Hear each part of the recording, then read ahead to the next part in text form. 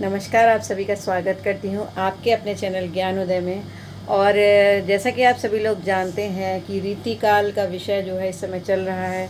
रीतिकाल पर अधिकतर सभी वीडियोस जो आपके पास होने चाहिए, जिनसे आपको जानकारी मिलेगी रीतिकाल क्या है, रीति सिद्ध कवि, रीति मुक्त कवि और रीतिबद्ध कवियों के बारे में, उनमें अंतर, उनको कैसे पहचानते हैं, इसके अलावा विभिन्न रचनाएँ और उनमें क्या क्या दिया हुआ है, ये सभी चीज़ें जो है मैं आपको वीडियोस में दे चुकी हूँ।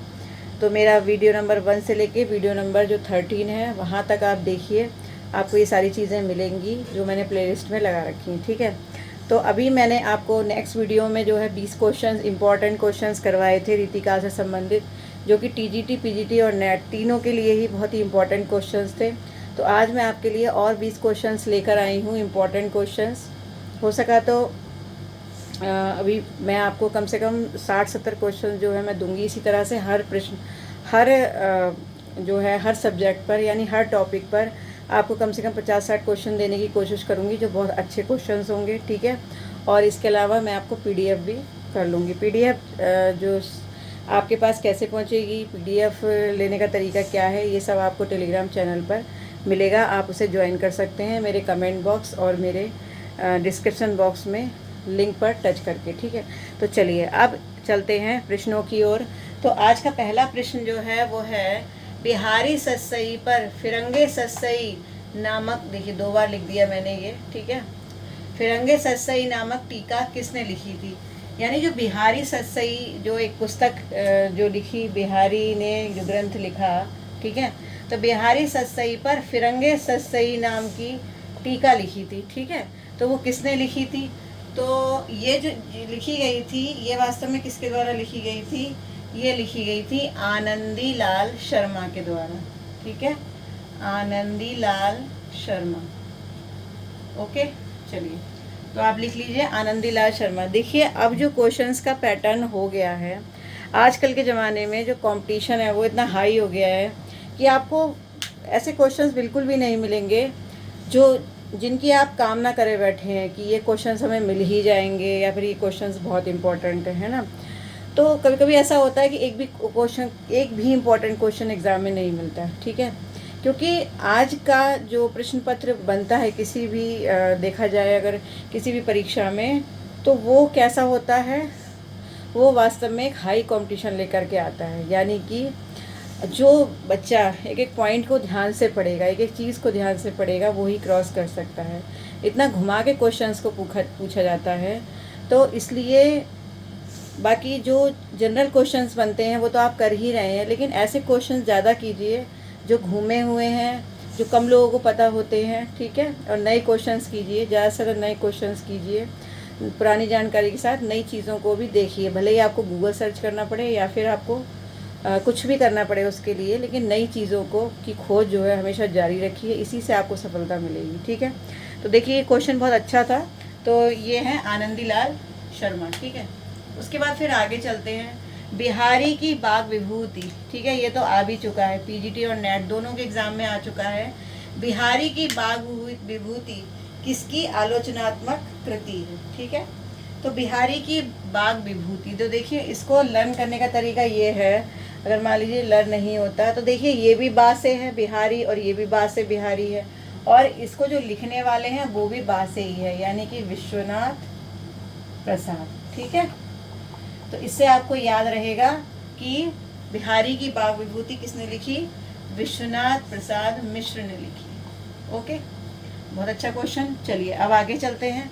फिर अगला क्वेश्चन आता है, रीतिकालीन किस कवि की पालकी यात्रा में महाराज छत्रसाल ने कंधा लगाया? अब देखिए क्वेश्चन थोड़ा सा घूमा हुआ है, लेकिन अगर आपको थोड़ी बहुत थ्योरी पता है तो आप बता सकते हैं। अगर आपने भूषण की जीवनी पढ़ी है या थोड़ा बहुत भूषण के बारे में पढ़ा हुआ है तो आप इस क्वेश्चन का आंसर दे सकते हैं। नहीं पढ़ा है तो आज शायद थोड़ा सा मुश्किल होगा। सबसे पहले तो ये जान लीजिए कि भूषण जो है किसके दरबारी कवि थे? राजा छत्रसाल के। ठीक है, तो छत्रसाल बहुत ही प्रिय कवि थे। मतलब छत्रसाल जो है इनको बहुत ही प्रेम करते थे, और बहुत ही जो एक तरीके का जो रिलेशनशिप था इनका बहुत अच्छा था। ठीक है, छत्रसाल का भूषण से। तो जब भूषण की पालकी यात्रा निकली थी तो छत्रसाल ने अपना कंधा लगाया था, है ना। तो ये मतलब एक बड़ा ही भावनात्मक सीन था, तो दृश्य था ये। तो आप देखेंगे तो किसने लगाया होगा? छत्रसाल ने, क्योंकि छत्रसाल के ही दरबारी कवि थे ये, ठीक है। तो यहाँ पर क्या आएगा? छत्रसाल, महाराज अच्छा, महाराज छत्रसाल ने कंधा लगाया किस कवि की पालकी में? तो ये क्वेश्चन थोड़ा सा अलग मतलब पलट गया, तो ये भूषण है, ठीक है। तो भूषण की पालकी यात्रा में महाराजा छत्रसाल ने कंधा लगाया, ठीक है। अब उसके बाद अगला क्वेश्चन बनता है, मती राम के ग्रंथ व्रत कौमुदी का दूसरा नाम क्या है? ठीक है, मती राम के ग्रंथ व्रत कौमुदी का दूसरा नाम क्या है? तो अब आप एक चीज देखिए, व्रत कौमुदी, ठीक है। व्रत कौमुदी क्या है? मती राम की रचना है, और ये क्या है? चलिए, कैसी रचना है, इसको आप क्या नाम देंगे, ये आप मुझे बताइएगा, ठीक है, कमेंट करके। अच्छा, और इसके अलावा जो व्रत कौमुदी का दूसरा नाम अगर पूछा जाता है आपसे, तो ये बहुत ही अच्छा और इम्पोर्टेंट क्वेश्चन है, हो सकता है आ भी जाए इस बार। तो जो मतीराम की व्रत कौमुदी है, वास्तव में ये एक कैसा है आपको पता ही है, एक तरीके का काव्य है, और कैसा है ये? निरूपक ग्रंथ है, ठीक है। तो देखिए, ये वास्तव में छंद निरूपक ग्रंथ है, ठीक है। इसमें छंदों का जो है, छंदों का चमत्कार दर्शाया गया है। तो व्रत कौमुदी, तो इसको हम, इसका दूसरा नाम हम छंद सार संग्रह भी कह सकते हैं। ये काव्य निरूपक ग्रंथ है, किसका? मतीराम का। तो ये छंद सार संग्रह हम इसको बोल सकते हैं, ठीक है। चलिए, अब उसके बाद आगे चलते हैं। फिर है, नहीं पराग नहीं मधुर मधु नहीं विकास यही काल। ये पंक्तियाँ किसने कहीं और किसके लिए कहीं, ठीक है। तो इसके पीछे की कहानी शायद आपको पता भी होगी, कुछ लोगों को पता भी नहीं होगी, ठीक है। तो ये जो पंक्तियाँ थी, ये महाराज जय सिंह जो थे, वो इतना ज़्यादा विषय वासना में लिप्त हो गए, अपनी मतलब महल में ही रहा करते थे, महल से बाहर ही निकलते थे, अपना राजकाज नहीं देख रहे थे, और बहुत दिनों तक जो है अंदर रहे, राजकाज में बिजी बिल्कुल नहीं रहते थे। और वो जब बिहारी ने ये देखा कि महाराज जय सिंह जो हैं वो इतने ज़्यादा लिप्त हो गए हैं और चीज़ों में, और उन्हें एक राजा के कर्तव्य का बिल्कुल ज्ञान नहीं है, और वो शायद कर्तव्य भूल गए हैं, तो एक दिन बिहारी ने ये एक बात कही थी कि नहीं पराग नहीं मधुर मधु नहीं विकास यही काल।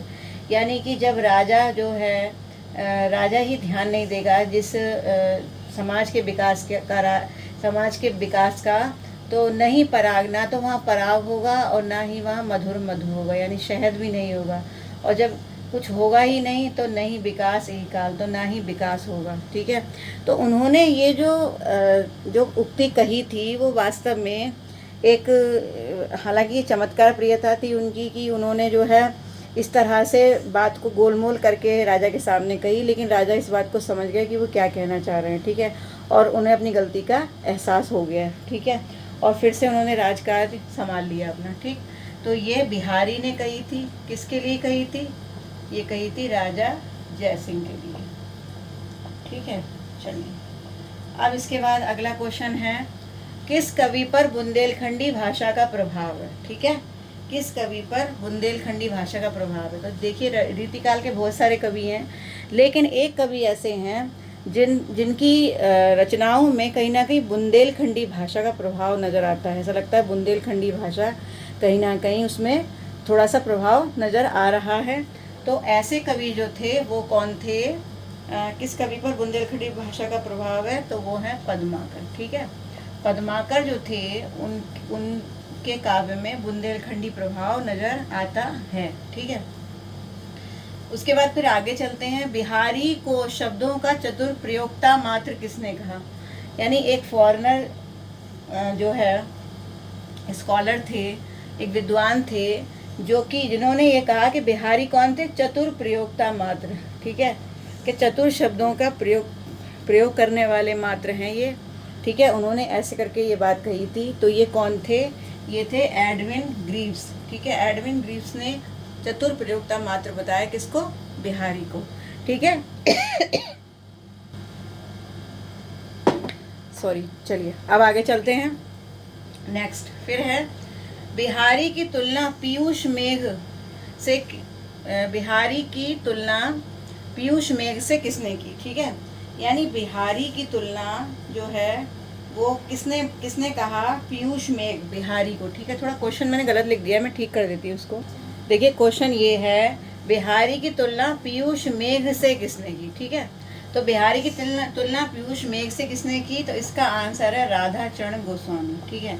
अच्छा, राधाचरण गोस्वामी कौन थे, अच्छा बताइए कौन से ये आधुनिक काल में कौन से युग के कवि थे, भारतेंदु युग के थे या प्रगतिवाद है, प्रयोगवाद, किसके कवि थे, चलिए छायावाद के थे, किसके थे, ठीक है। ये मैंने आपको जब माना, जिसने मेरे पुराने वीडियोस देखे होंगे तो वो जरूर समझ गया होगा कि राधाचरण गोस्वामी कौन थे, ठीक है। तो उन्होंने बिहारी की तुलना पीयूष मेघ से की है, ठीक है। बड़ा अच्छा क्वेश्चन है। उसके बाद फिर आगे चलते हैं, भूषण विनुना बिराजई कविता वनिता मित। और देखिए श्लेष अलंकार का उदाहरण है, भूषण विनुना बिराजई कविता वनिता मित, ठीक है।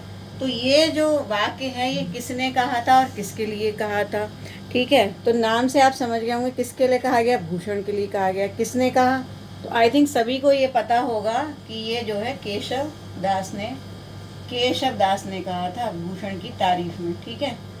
चलिए अब उसके बाद आगे चलते हैं। फिर है बूंदी नरेश भाव सिंह किसके दरबारी कवि थे। देखिए बूंदी नरेश, बूंदी राज्य था एक, उसके जो नरेश थे भाव सिंह, ठीक है। तो भाव सिंह जो है वो किसके दरबारी कवि थे, भाव सिंह के दरबारी कवि कौन थे, तो इसका आंसर है क्या, मतीराम, ठीक है। अगर आपको लर्न नहीं होता या आप भूल जाते हैं दरबारी कवि, क्योंकि बहुत सारे हैं कि किसके दरबारी कवि हैं और इतने सारे कवि हैं, तो आप इस तरह से याद कर लीजिए कि आप कैसे याद करेंगे कि बूंदी के भाव बहुत बढ़ गए हैं इसलिए सबकी मति खराब हो गई है, ठीक है। क्योंकि बूंदी के भाव बढ़ गए हैं तो कोई भी बूंदी नहीं खाता, इसलिए सबकी मति खराब हो गई है। ऐसे करके आप ट्रिक बना लीजिए, याद हो जाएगा आपको, ठीक है। चलिए अब आगे चलते हैं नेक्स्ट क्वेश्चन। इसके बाद नेक्स्ट क्वेश्चन देख लीजिए। देखिए 11वां क्वेश्चन है, रीति काल के किस कवि ने खुद को तुलसीदास का अवतार किया, अवतार कहा, ठीक है। तो रीति काल के किस कवि ने खुद को तुलसीदास का अवतार कहा, यानी उन्होंने कहा कि मैं तुलसीदास का अवतार हूँ। तो ये कौन थे, तो ये जो थे ये थे तुलसी साहब, ठीक है। ये वास्तव में रीतिकाल के कवि, हो सकता है आपने नाम ही ना सुना हो।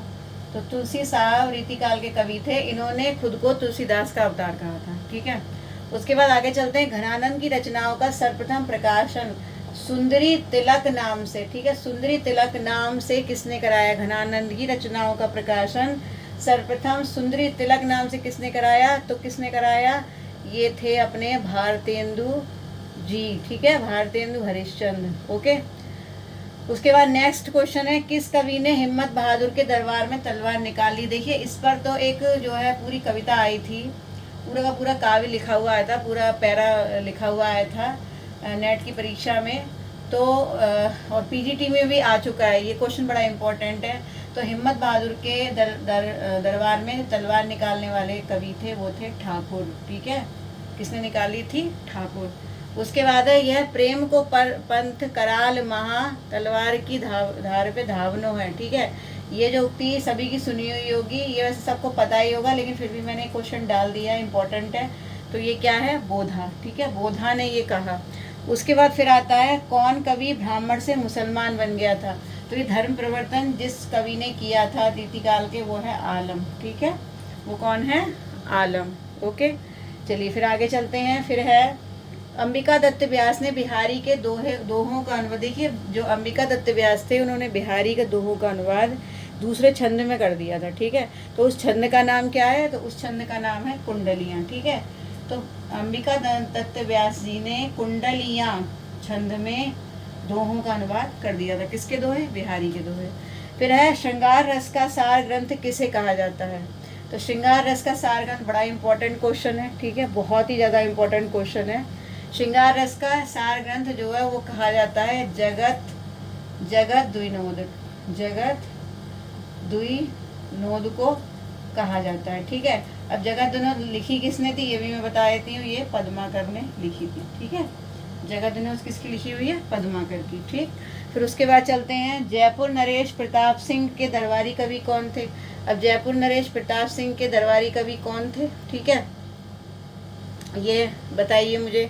तो जयपुर नरेश के प्रताप सिंह के जो दरबारी कवि थे, तो ये भी कौन थे? ये थे रसलीन। ठीक है, रसलीन। ओ सॉरी, गलत वो लिख दिया मैंने, ये थे पद्माकर। ठीक है, पद्माकर जो है वो जयपुर नरेश प्रताप सिंह के दरबारी कवि थे। ठीक, उसके बाद अगला क्वेश्चन है, किस कवि ने भक्ति श्रृंगार और वीर रस तीनों रसों में लिखा है? बताइए, ऐसा कौन सा कवि था जिसने भक्ति, श्रृंगार और वीर तीनों रसों में लिखा? तो वो थे हमारे पद्माकर। ये देखिए, सब क्वेश्चन पद्माकर पर हैं। तो इनकी विशेषता ये थी कि तीनों ने तीनों ही रसों में काव्य लिखा था। ठीक है, इसके बाद 20 क्वेश्चन मैं लिख नहीं रही हूँ, आपको बता रही हूँ, आप लिख लीजिए। 20th क्वेश्चन है कि बिहारी के दोहों को, बिहारी सतसई को शक्कर की रोटी किसने कहा था? ठीक है, बहुत अच्छा क्वेश्चन है, इंपॉर्टेंट क्वेश्चन है, मज़ेदार क्वेश्चन है। तो बिहारी सतसई को शक्कर की रोटी कहने वाले कौन थे? पद्म सिंह। ठीक है, तो ये जितने भी क्वेश्चंस है ये इसकी PDF मैं जो है आपको दे दूँगी। और अगर आप चैनल पर नए हैं और अभी तक आपने चैनल सब्सक्राइब नहीं किया है तो प्लीज़ कर लीजिए। ज़्यादा से ज़्यादा वीडियोज़ को शेयर करिए, लाइक तो आप दे ही दिया करिए। ठीक है, बिना कहे ही दे दिया करिए। जब वीडियो को ओपन करें तो लाइक ज़रूर बनता है, लाइक दीजिए। और इसके साथ में जो है मुझे कमेंट करके बताएं कि कैसा वीडियो आपको लगा, कैसे लगे ये क्वेश्चंस। किसी में कोई डाउट है तो ज़रूर कमेंट करके बताइए, और इस तरह से पढ़ते रहिए लगातार। आज कुछ जो है थकान सी हो रही है, सारा दिन हो गया ऐसे ही, तो इसलिए थोड़ा सा टायर्डनेस फील कर रही हूँ मैं। तो आज चलिए, अब इतना हो गया। ठीक है, आपको 20 क्वेश्चन करा दिए। अब नेक्स्ट वीडियो में मैं आधुनिक काल की शुरुआत कर दूँगी। इसके अलावा देखिए, मैंने आदिकाल कंप्लीट करा दिया है, रीतिकाल कंप्लीट हो चुका है, और भक्ति काल। ठीक है, अब मेरा काम ये है कि इन सभी कालों के जितने भी कवि हैं इम्पोर्टेंट, और जितनी रचनाएं हैं, उन पर जो क्वेश्चंस बनते हैं वो क्वेश्चंस मैं आपको दूंगी। ठीक है, कुछ मतलब क्वेश्चंस जो हैं, जितने भी अच्छे क्वेश्चंस बनते हैं वो उसकी PDF तो आपको मिलेगी। साथ में मैं बोर्ड पर भी कुछ क्वेश्चंस आपको कराऊंगी, कम से कम 50-50 क्वेश्चन हर टॉपिक में से, जिस दिन भी पॉसिबल हुआ। ठीक है, जैसे मान लीजिए आधुनिक काल लगातार पढ़ा रही हूँ और किसी दिन मन किया कि चलो एक गैप ले करके एक दूसरा टॉपिक कर लेते हैं। ठीक है, पीछे से एक टॉपिक उठा लेते हैं, तो उस दिन मैं कम से कम आपको जितने भी कवि हैं, उनके जो मुख्य बिंदु बनते हैं या रचनाकार हैं, ठीक है, वो मैं पॉइंट टू पॉइंट आपको करा दूंगी। अब पूरे एक कवि की जीवनी कराने से अच्छा है कि पॉइंट टू पॉइंट क्वेश्चंस आपको करा दिए जाएं, जो भी अच्छे क्वेश्चंस बनते हैं रचनाओं में से या कवियों की जीवनी में से। ठीक है, वो कराने। इसके अलावा एक जो सबसे बड़ी प्रॉब्लम होती है, एक तो रचना कालों को लेकर के कि क्रम से नहीं लगाना आता है। ठीक है, क्रम से लगाने में बड़ी दिक्कत होती है, तो इसके लिए मैं आपके लिए कुछ स्पेशल ट्रिक्स लेकर के आऊँगी। जितने भी इम्पॉर्टेंट कवि हैं, जो मुख्य कवि हैं, ठीक है, तो आपको कुछ ऐसी ट्रिक्स बताऊंगी जिससे आप आसानी से याद रख सकते हैं कि किसका जन्मकाल किसके बाद है। ठीक है, कुछ ऐसी ट्रिक्स मैं आपको बताऊंगी। ठीक है, तो ये भी करना है। और इसके अलावा प्रमुख उक्तियाँ। ठीक है, प्रमुख उक्तियाँ जो हैं, देखिए प्रमुख उक्तियाँ अगर आपको करनी है तो आप उपकार की बुक में से कर लीजिए। उपकार की बुक में बहुत अच्छी उक्तियाँ दे रखी हैं, और मैक्सिमम इतनी उक्तियाँ काफ़ी हैं। ठीक है, किसी को भी याद करने के लिए एक टॉपिक के लिए उक्तियाँ बहुत दे रखी हैं, प्रश्नों में भी दे रखी हैं, और जो है आपके वैसे भी दे रखी हैं चैप्टर में भी। ठीक है, और अगर नहीं है बुक, कोई प्रॉब्लम है, तो मैं ऐसा करूँगी कि उसकी एक इमेज जो है आपको टेलीग्राम चैनल पर दे दूँगी, तो आप वो उक्तियाँ एक बार पढ़ लीजिए। हालांकि जो बहुत ही इंपॉर्टेंट उक्तियाँ वो भी मैं क्लास में करवाऊँगी, PDF दे दूँगी, या फिर वो सीधे से वो एक पूरी सीरीज़ आपको दे दूँगी बुक की। ठीक है, तो इस तरह से जो है चीज़ों को लेकर चलते हैं धीरे धीरे। और अब जो है आधुनिक काल की शुरुआत करते हैं। आधुनिक काल में भी मैंने मैक्सिमम चीज़ें आपको करा रखी हैं, लेकिन जो चीज़ें बच गई हैं, जो इम्पोर्टेंट चीज़ें हैं, जो मुझे लगता है कि मुझे बताना चाहिए, वो मैं आपको बताती चलूँगी। प्लेलिस्ट में मैं पुराने नए वीडियोस को एडजस्ट करती जाऊँगी, और आप लगातार देखते रहिए। ठीक है, आशा करती हूँ आपने रीतिकाल के सभी रचनाकार और रचनाओं की ट्रिक्स के वीडियोज़ देख लिए होंगे, आपको लर्न हो गई होंगी। कुछ रचनाएं मैंने देखी थी, आज की कुछ रह गई हैं। मुझे अभी भी लग रहा है कि इतनी रचनाएं कराने के बाद भी कुछ रचनाएं मुझे लगी कि अभी भी रह गई हैं। ठीक है, तो एक दिन एक वीडियो उन रचनाओं के लिए दे दूँगी। ज़्यादा रचनाएं नहीं हैं, ठीक है, 2, 4, 10 रचनाएं हैं, तो वो मैं आपको एक दिन एक वीडियो में करा दूँगी, तो वो भी कंप्लीट हो जाएंगी। ठीक है, तो इसी तरह से आप पढ़ते रहिए, हंसते रहिए, मुस्कुराते रहिए, और इसी तरह से जो है अच्छे से पेपर की तैयारी कीजिए। कभी भी हो पेपर, उससे हमें कोई मतलब नहीं। ये हमारे लिए बहुत अच्छा अवसर है पढ़ाई करने का। शायद भगवान ने हमें एक मौका दिया है कि हम कहते हैं कि हम बहुत बिज़ी हैं, हमें टाइम नहीं मिल रहा, ये वो है ना। जैसे जितनी भी गृहिणियाँ होती हैं वो कहती हैं कि टाइम नहीं मिलता है, घर में बिज़ी रहते हैं, है ना। तो अभी इस समय जो है एक ऐसा दौर चल रहा है कि कहीं आना जाना भी नहीं होता है, ठीक है। रिश्तेदार भी घर में कम आते हैं, हालांकि आने वाले आते हैं, लेकिन फिर भी थोड़ा सा होता है कि आप अपने आप को थोड़ा टाइम दे सकते हैं, ठीक है। और देखिए दूसरी चीज़, जितने भी आपके जो जो वर्कर काम करने वाले हैं, बाहर काम करते हैं, चाहे लेडीज़ हो या जेंट्स हो, जो ड्यूटी करने वाले लोग हैं, कुछ तो ड्यूटी कर ही रहे होंगे जिनकी ड्यूटी लगी हुई है, लेकिन जो भी घर में रह रहे हैं, घर में रह कर के अपनी ड्यूटी कर रहे हैं, अपना काम कर रहे हैं, तो वो भी कहीं ना कहीं थोड़ा थोड़ा समय निकालिए। इस अवसर को आप चूकने मत दीजिए, लगातार अच्छे से पढ़ाई कर लीजिए, ठीक है। तो आप ज़रूर सफल होंगे। ऐसी शुभकामनाओं के साथ फिर मिलूँगी आपको नेक्स्ट वीडियो में। नमस्कार।